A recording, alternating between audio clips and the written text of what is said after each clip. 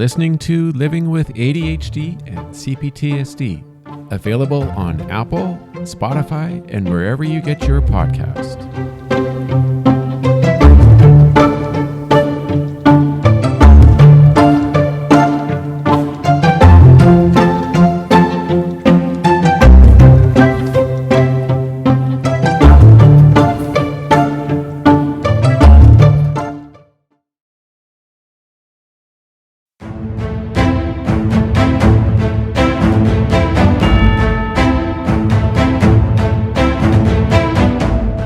Hello, everybody, and welcome to another episode of Living with ADHD and CPTSD. So today we have a CPTSD episode, and it's going to be a pretty frank episode, blunt and straight up front.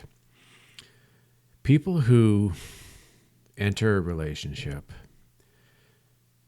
don't want to be in a relationship that has abuse and violence, whether it's emotional or physical abuse. Nobody wants to have that. When I got into my relationship back in the beginning of 2019, I never pictured myself being a victim of domestic violence and domestic abuse. I thought that I had found the perfect person for me. And as it turns out, 3.5 years later, that is not the case. So today, I'm going to discuss how being in a domestic abusive relationship really amplified and brought awareness to myself about my trauma, my CPTSD, and just how hard it was to recognize the signs that I was involved in one. Now, here's the thing. I didn't realize that I had CPTSD before my relationship started.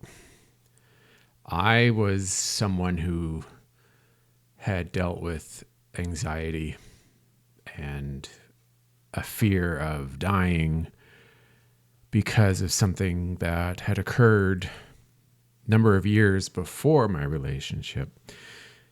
But my CPTSD was something more of a hidden, a hidden reality that I didn't know of or I wasn't aware of until this relationship.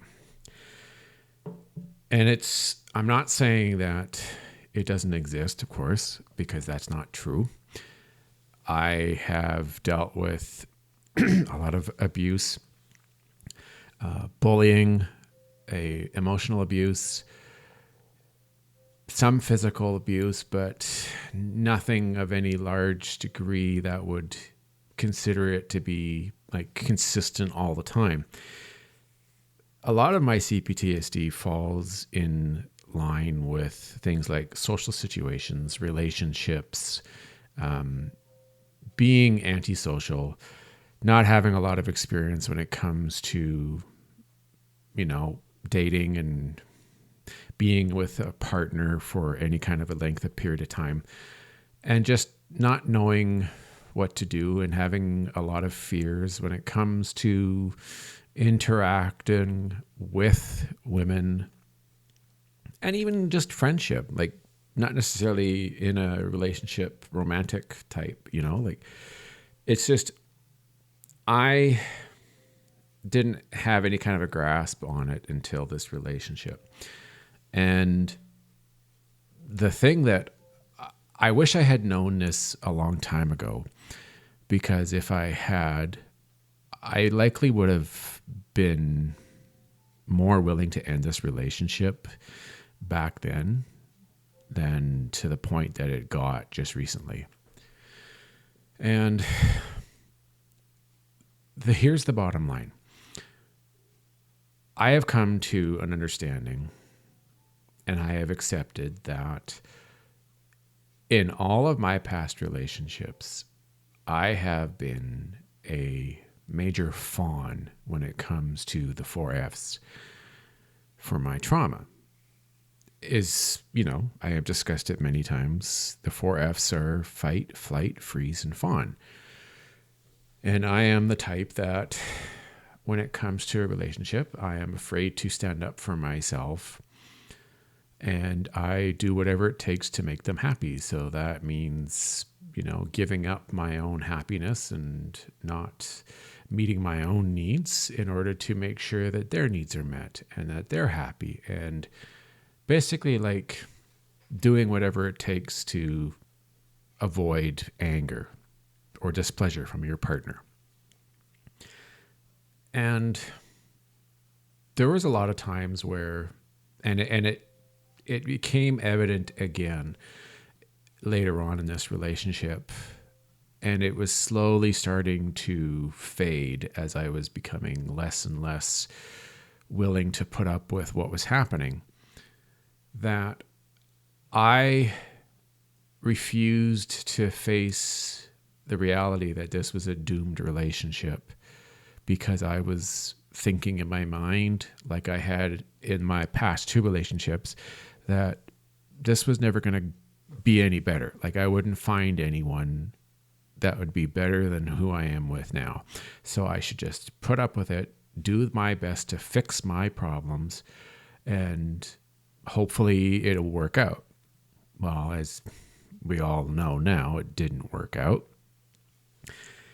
And I've come to know that in order for me to be able to have a successful relationship in its truest form and to have any chance at being long-term and happy and successful, that I need to stop acting that way and stop behaving in such a way that I am foregoing my needs and avoiding things like disagreements and having arguments, a healthy argument, rather than, giving in and just doing whatever in order to make the other person happy and to avoid things like them getting angry. So there's a lot of stuff that has come to play in this situation in the last month and a half. And I've learned a number of things that I didn't know. Even in December, I didn't even know. And the thing is back months ago when I was, I'm still am, keep in mind, but when I was going to my therapist and discussing what was happening, like all the negative bad things and the yelling and the fighting and the stuff like being put down and made to feel small and manipulative kind of behavior, I would discuss this with my therapist and even with like friends, and my friends more so were saying that this isn't good, like it's like they were trying to hint to me that this is a dead situation, that I should get out. It's not going to go anywhere positive, and it's only going to get worse. And then my therapist kept trying to show me that this is not a healthy situation and that we need to do like couples therapy. I need to stand up for my needs more. There's all these things that I need to do for myself to improve my situation. And when I would, like hesitantly discuss this with her, the same thing always came up where she would kind of use this persuasive argument that we were in a unique situation, that no one's going to understand. Your friends aren't going to understand. Your therapist won't understand because it's unique, that it's in such an odd situation, odd relationship that they're not going to understand. And she was using this and twisting it in such a way that it would basically like convince me that she's right, that they're never going to understand. And it's like she was trying to and successfully getting me to not believe them, but instead see it from her point of view, as if it was like her attempt to get me to not escalate further, or not to, take it farther than how far it's already gone. And I didn't even know this. It never occurred to me at that time that this was what was happening, that I was being manipulated in a way so that instead of me, escalating and everybody knowing and learning about it and me taking it further, that it was like, and I actually did do this, it's like I would be defensive and defend her, saying, despite all that's happening but there's a point to it, and she is making a valid point. She is right. It's like I was downplaying the severity of the abuse and making her look like she is innocent, when as a matter of fact, it's the furthest from the truth. She is not by any means innocent in this manner. And the only reason that I kept seeing it is it was just from my own time away, right? Like noticing all the little things that were happening, that it took me not being involved with her for a length of time, that I was able to finally start to wake up and start to see reality and what was actually happening. And it's unfortunate that it took that kind of a situation to occur in order for me to be able to see the truth. And there were a few situations, or a few for a few instances that have recently occurred that really woke me up and showed me that, hey, this is never going to be a good thing. That, this will never succeed. You're never going to get anywhere. One, it was hanging out with a friend of mine, a real good friend of mine, and the connection that the two of us had, and the compassion, and it felt like two people really enjoying each other's company and having really good, fun, deep discussions about everything, and it feeling good and feeling encouraging and caring. And I was craving this so much that it created like a false sensation of like falling and lust and this love for someone, that it wasn't really that. It was just wanting more of what is ideal, what I crave. And that is somebody who's caring and understanding and is willing to, be patient and see reality for what it is and be caring and empathetic towards my situation. But at the same time, not being a doormat, right? Like not allowing me to use it as an excuse. Like I had to admit to myself that I had made mistakes. Yes, it's true. I am far from perfect when it comes to dealing with adult situations and allowing my child parts to take over. I'm getting better. I've had a lot of instances recently where they're not having the opportunity to take over. The adult is being in control and is doing the right thing and is being brave and strong and proving to these child parts that he can be an adult.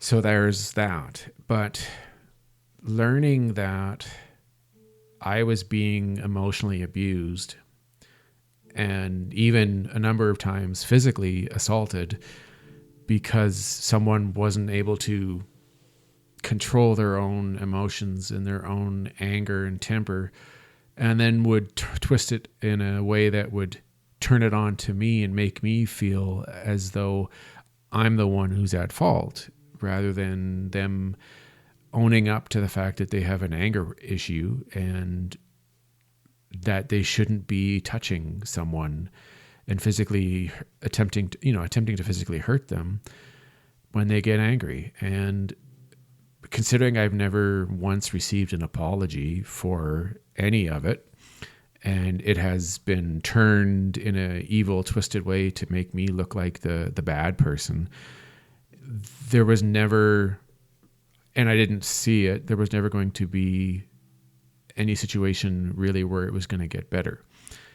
And it felt like no matter what I did or what I tried, it was always never good enough. And I was always treated like I was the bad person.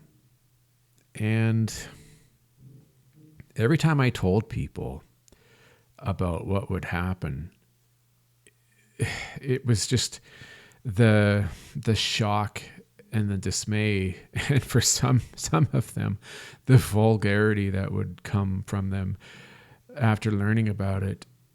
It was like shocking to them that I had put up with it for such a long time.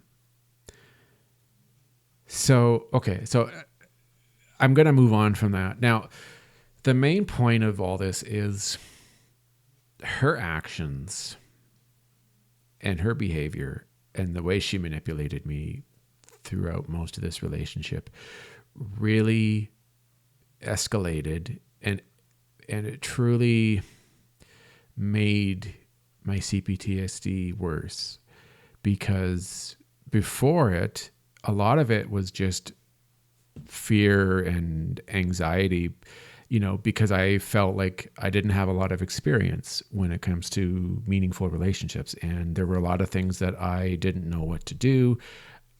I was learning. It had been 8 years since I had been in a relationship previously to this one.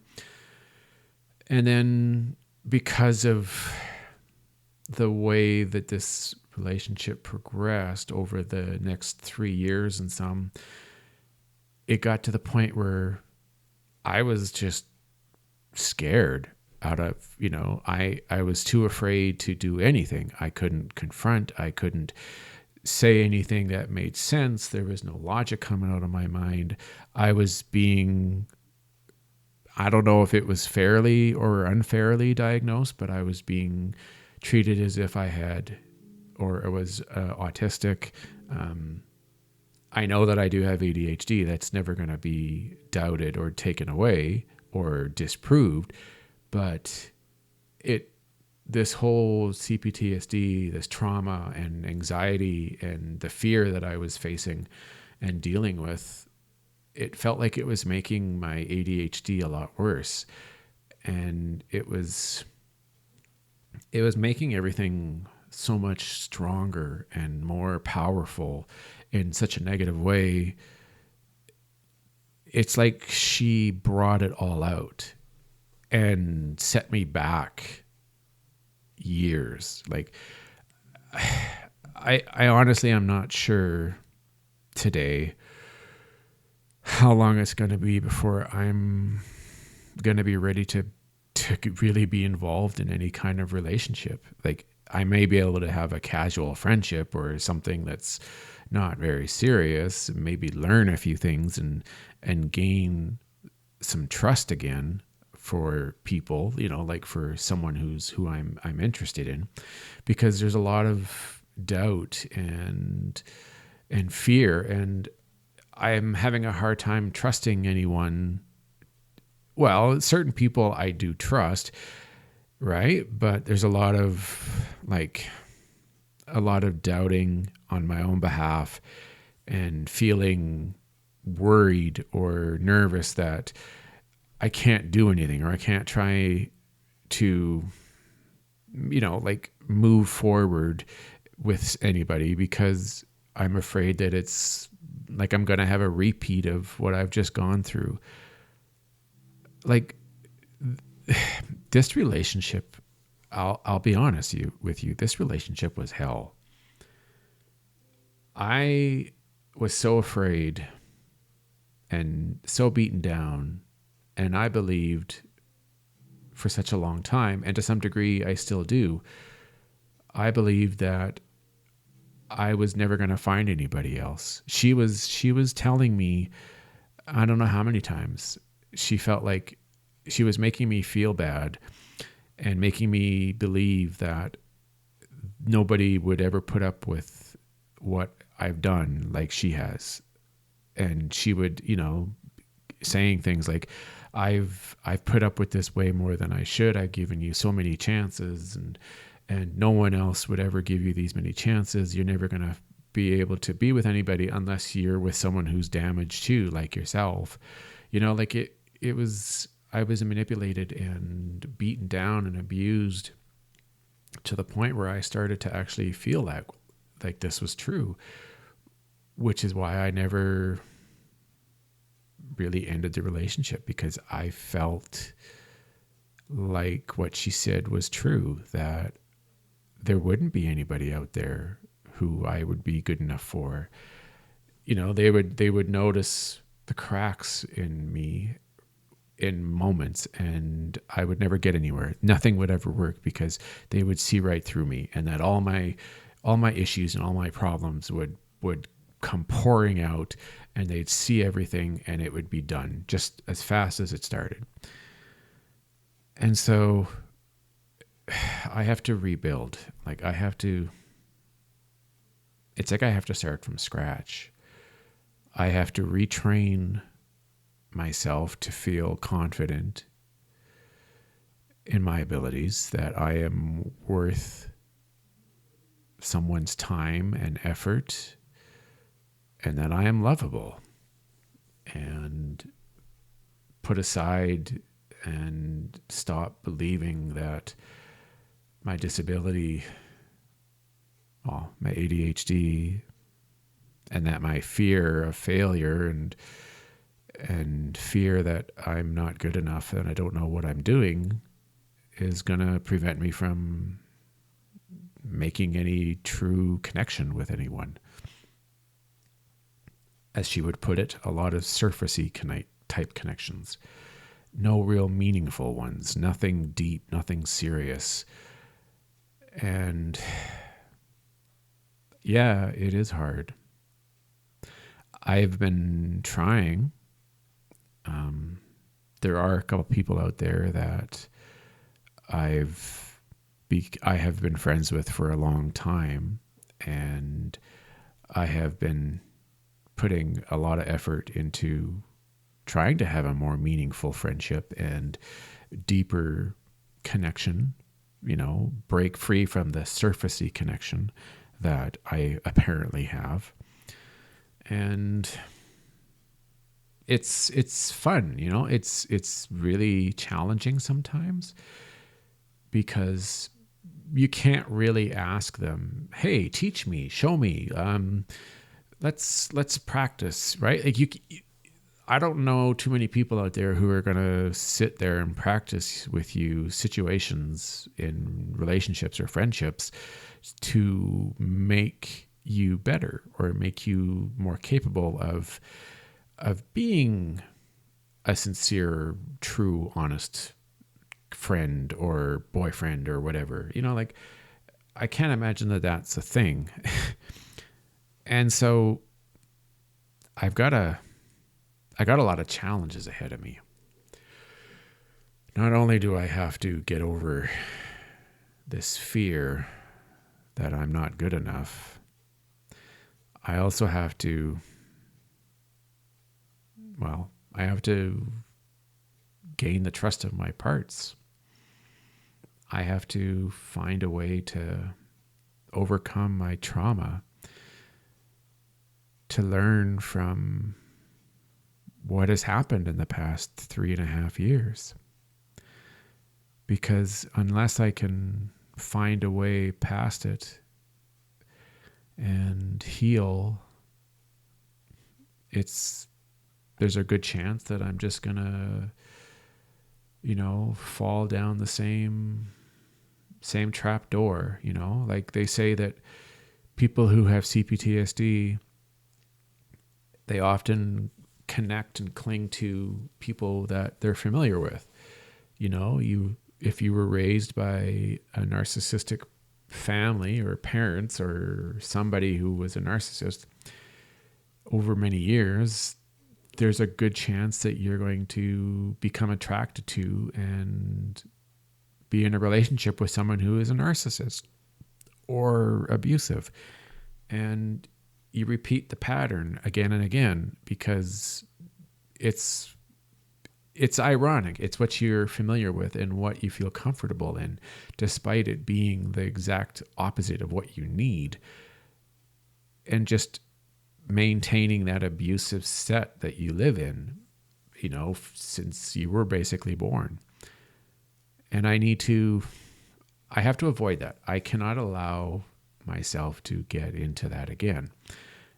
And quite frankly, it means learning how to make some tough choices and not be afraid to do it, and not be so afraid of making those tough choices and actually performing them that you run away in fear and that you just allow yourself to be abused and manipulated and treated like crap.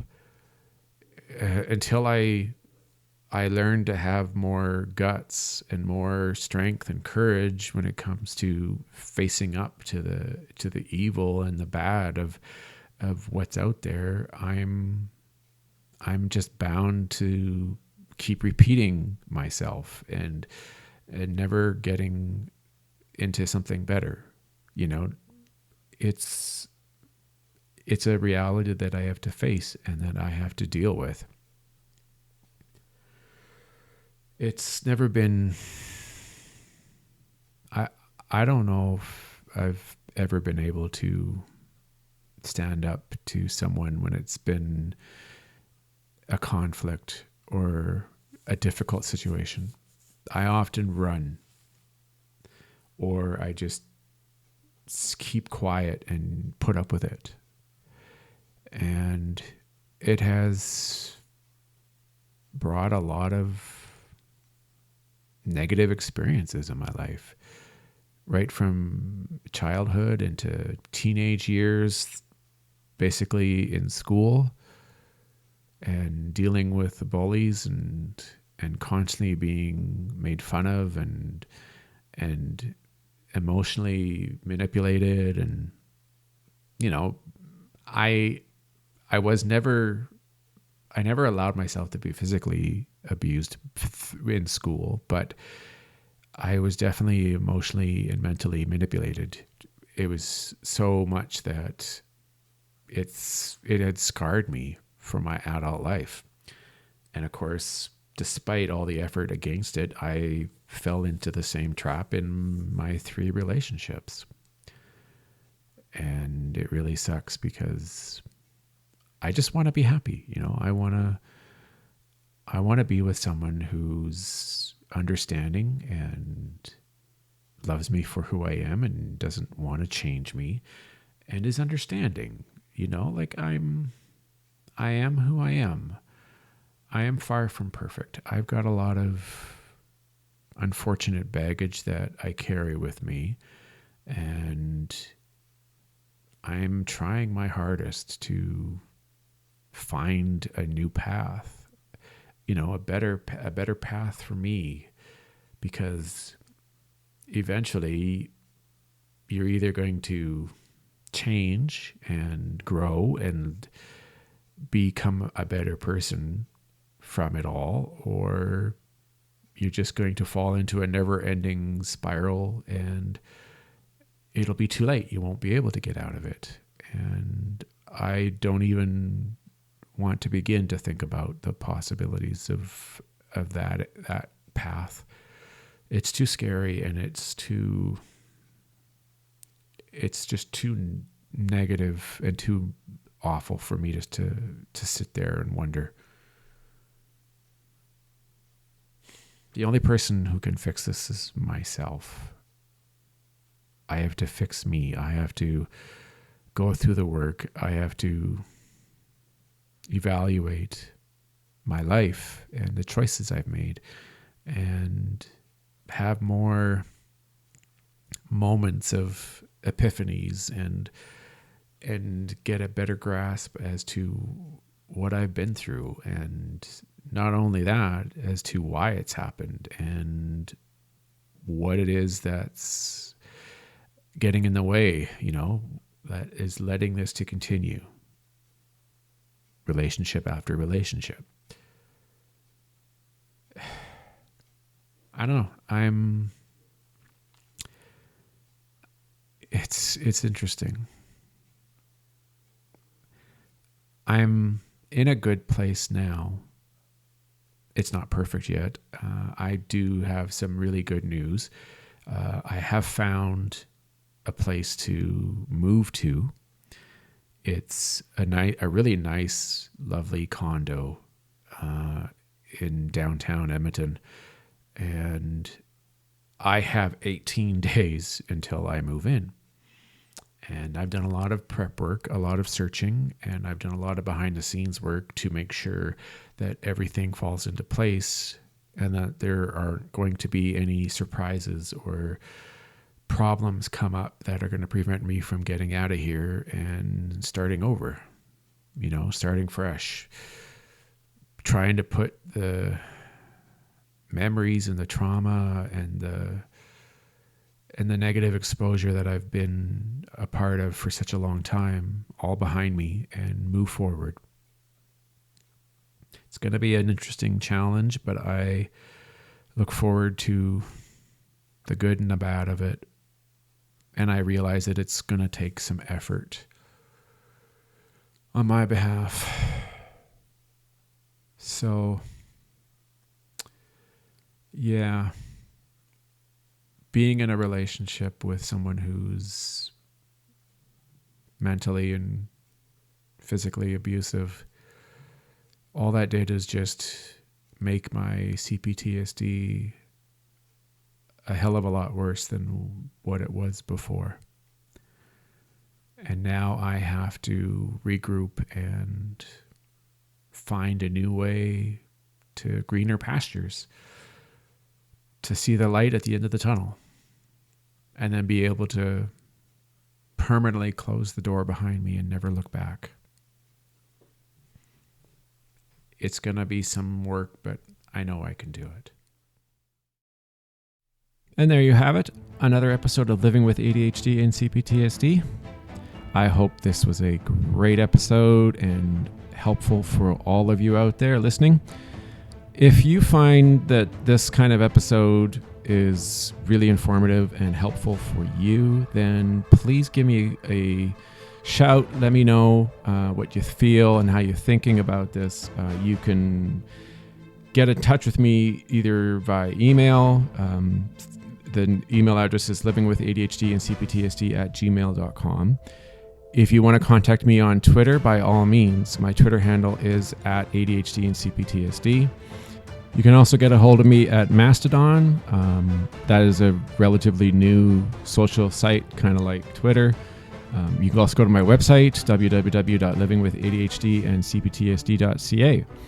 If you would like to help me out, whether it's donation or even becoming a member, you can go to my Patreon page. Just look for Living with ADHD and CPTSD. You can go to Ko-fi.com, that's ko-fi.com, and you can donate there any amount you feel is acceptable. It doesn't really matter.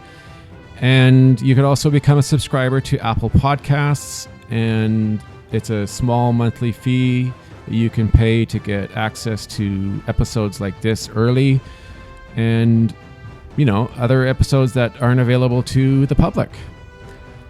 All right, everyone. That is this episode. I hope you have a great day, and I shall talk to you later.